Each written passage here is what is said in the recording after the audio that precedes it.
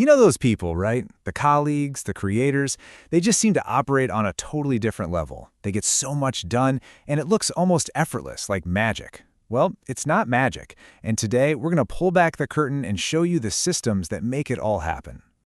So let me just start with this. What if you could get a full, solid 8-hour workday done by lunch? I know, it sounds a little out there, but that is the actual promise behind reaching what we call peak performance. And this really gets to the heart of it. On one side, you have the goal, being hyper-productive. And on the other, you have the feeling of it, that incredible total immersion state we call flow. But here's the key, and you really got to get this. Flow isn't some happy accident. It's the direct result of having a solid system in place. So what exactly is this flow state we're all chasing?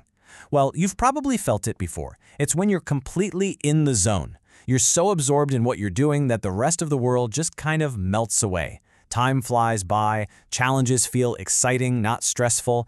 It is the absolute peak of productivity. And guess what? You can get there on purpose. All right, so first things first, we have to build the foundation. And that means getting a handle on our most precious resource, our time. This is all about the daily habits, the mechanics of how you structure your day. And the first mechanic is an absolute game changer.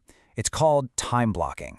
So instead of working from a messy, chaotic to-do list, you actually assign a specific job to every block of time in your day before you even start.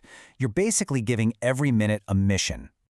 So why is this so powerful? Simple. It kills multitasking. See, every single time you jump from one task to another, your brain has to reboot. It's called context switching, and it absolutely drains your mental energy. Time blocking stops that. It lets you go deep on one thing at a time and build up that amazing momentum. Okay, so you've blocked out your time. Awesome. But now, how do you decide what actually goes into those blocks? That brings us to our next tool for prioritizing your work, the Eisenhower Matrix. It's a classic for a reason.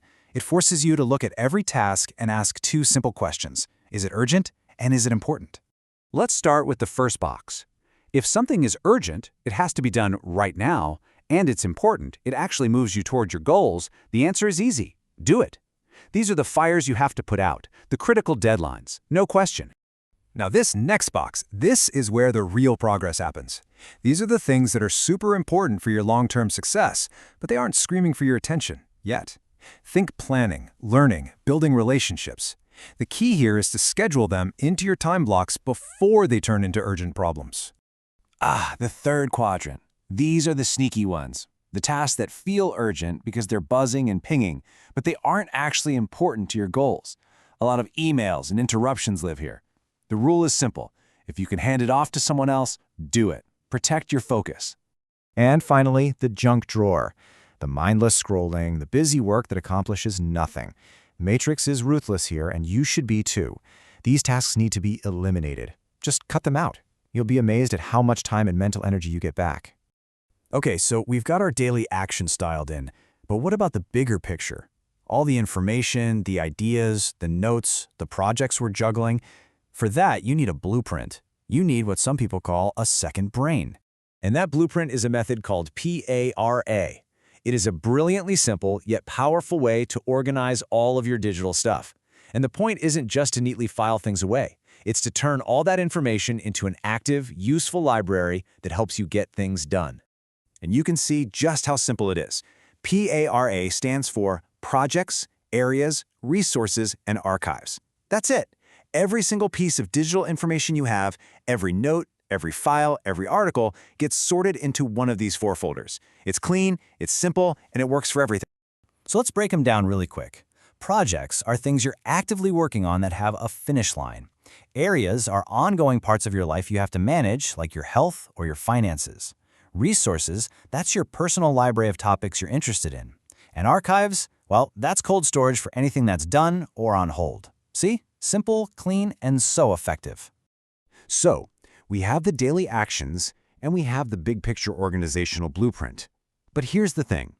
Tools are pretty useless if you don't have the right mindset. And that brings us to the philosophy that ties this all together. This quote from Dan Code just nails it.